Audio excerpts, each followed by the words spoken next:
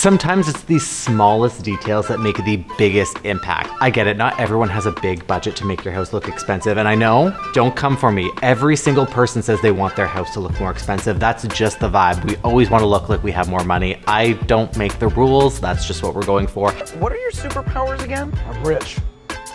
But I'm going to give you some suggestions and some tips and tricks on super affordable things that are going to make your house look great and you don't have to break the bank. First one's gonna be super easy, and let me tell you, it's going to make the biggest difference out of all of them, and it is cable management. Now, I know this really doesn't come to design and the style of your space, but cable management is going to give you that clean, contemporized look where everything is hidden and out of the way. The last thing I wanna see is cables running from your TV down to your media unit. The last thing I also wanna see is any cables running from your upper cabinets, behind your backsplash. Anything that's visible gives that extra bit of visual clutter that really takes away from the design of your space. We're moving forward with tech being integrated into your space, so things are actually hidden and gives you that really nice streamlined look that allows you to actually appreciate the design and not the mess. There's a lot of different ways to hide your cables in so many different settings. My personal favorite is hiding the cable of your phone charger underneath coffee table books on your nightstands. This gives you a streamlined look and allows those cables to be hidden and out of sight and out of mind, but still easily accessible. And when it comes to your TV, hide the cables behind the wall. There are so many different systems now that you can have the tracking behind the drywall. All you have to do is have a small little hole outlet. These are available on Amazon and really affordable.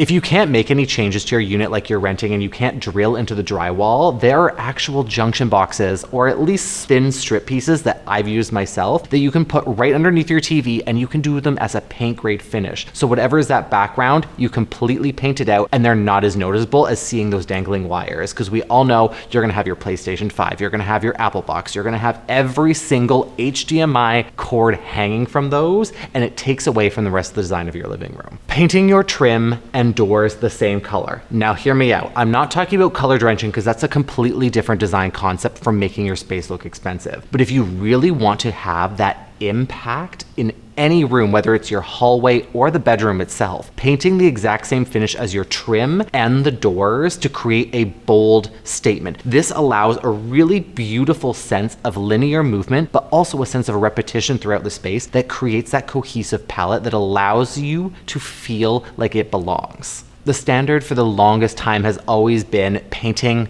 your trim and doors white. I want to challenge you and actually do it as a color that complements your wall finish. If you want something really bold, doing a black, in my opinion, always looks really chic, and it actually amplifies the door sizes visually, so it looks even bigger and grander, which in the grand scheme of things looks more expensive. I know you're gonna come for me for this one, but hear me out. Marble, or at least some sort of natural stone. And I know you're gonna come in those comments being like, well, natural stone is expensive. Yes, but there are very small introductory luxuries that you can bring into your space, whether it's a catch-all, a bowl. And if you're really looking to renovate your space, there can be some offcuts that you can buy from different marble suppliers. If you have a fabricator that's doing any work in your home, whether it be redoing your vanity or doing a countertop, check and see what remnants they have available. This is the perfect opportunity to get a natural stone or something so beautiful that you typically wouldn't be able to get because you have to purchase the whole slab at a fraction of the price. When someone is fabricating stone for their vanity or their kitchen, they have to buy the whole slab. But 90% of the time, the entire slab doesn't get used. 30% usually goes to waste. That 30% could be the perfect size for a cutting board, your vanity top,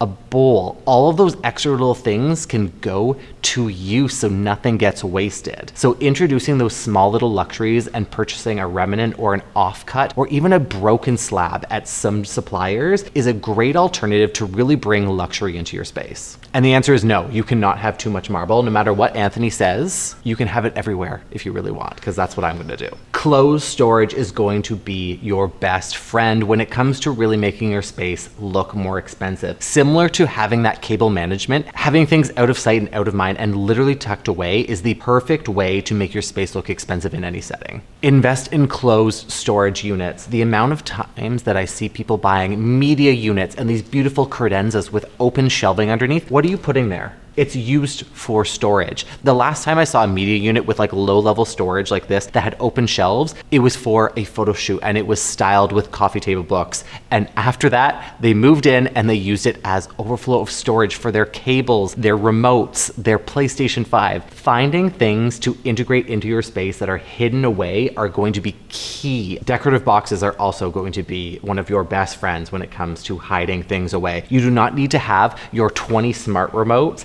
and your Apple TV box out. Hide them away. Trust me, you're gonna thank me. Let me know in the comments, are you for closed storage or are you an open storage person? Because I feel like this is debated for so long and there's so many people on either side, but there's no in between. You're either for or against it. Me, personally, I am always for closed storage because I have way too many secrets that I need to hide. Your paint choice is going to be really important when it comes to defining your space and making it look more expensive. I want you to avoid those primary bright saturated colors and opt for desaturated, moodier colors. And no, that does not mean everything in your space needs to be dark and moody, because I know that's not for everyone, even though that's my personal design aesthetic. You can bring in these desaturated colors on so many different levels. If you want a yellow, opt for a mustard. If you want a red, opt for an oxblood. If you're looking for something for a blue, go for a navy. These desaturated colors in any setting, especially on the earthy tones, will always look more expensive. This one usually only applies if you're doing a renovation or if you're adding lighting into your space, but wall sconces will always trump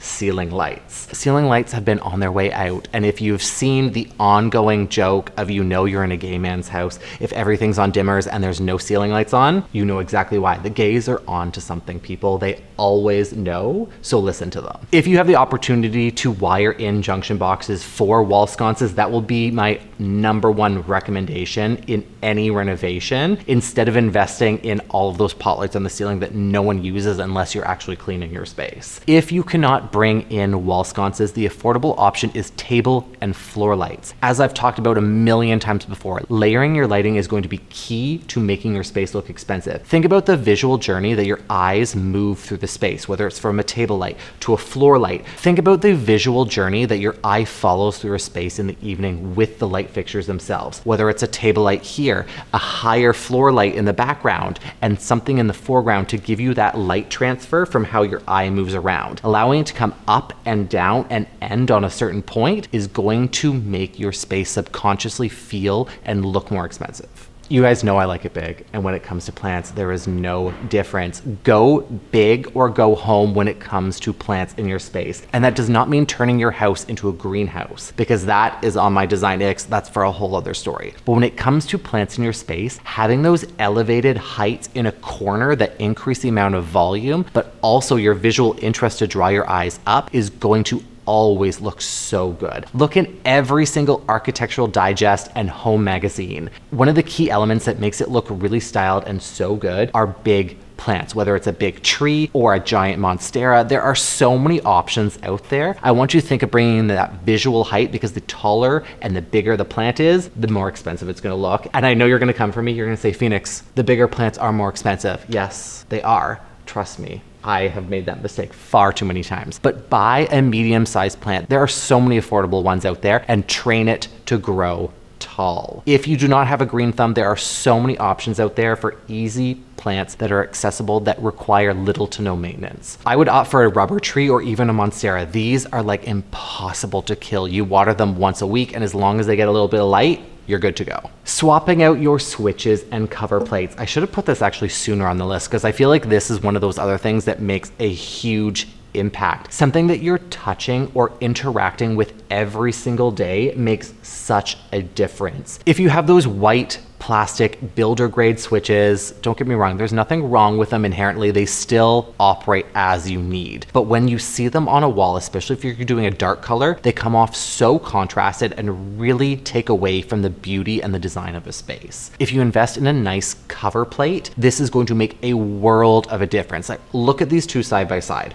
You see your builder grade standard and something that has a little bit more of that chic design orientation towards it. This always look so good. And even your guests will notice. If you have these in your powder room or your bathroom that they're using, trust me, Buster and Punch is one of my favorite ones. The clicking sound you get from those Buster and Punch outlets is a tactile experience above all else. The other thing that's great about these is that you can get them in so many different finishes besides white. You can get matte black, you can get brass, you can antique, you can get a brushed finish or a nickel. Anything that looks good in your space, always make sure you're repeating it more than once, especially with the other finishes that you're using in your room. And don't forget to change your outlets as well. If you're swapping out those cover plates of your switches and dimmers and you have an outlet that's visible, you can get the matching one and chef's kiss.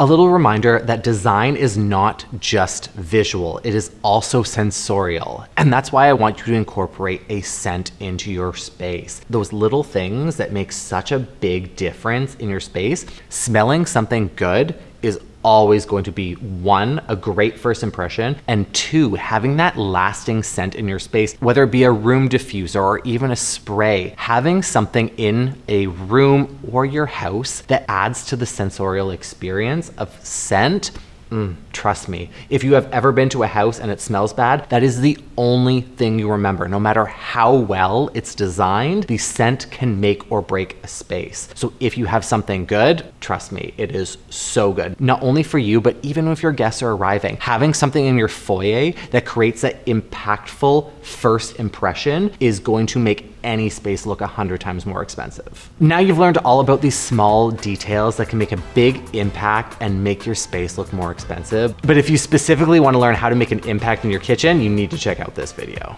And that's all for today. Thank you so much for watching. And if you cannot wait until next week, you can always follow me on Instagram and TikTok for all my daily tips and tricks at Mr. Phoenix Gray. And if you're ever second guessing yourself, just ask, what would Design Daddy do? Boom.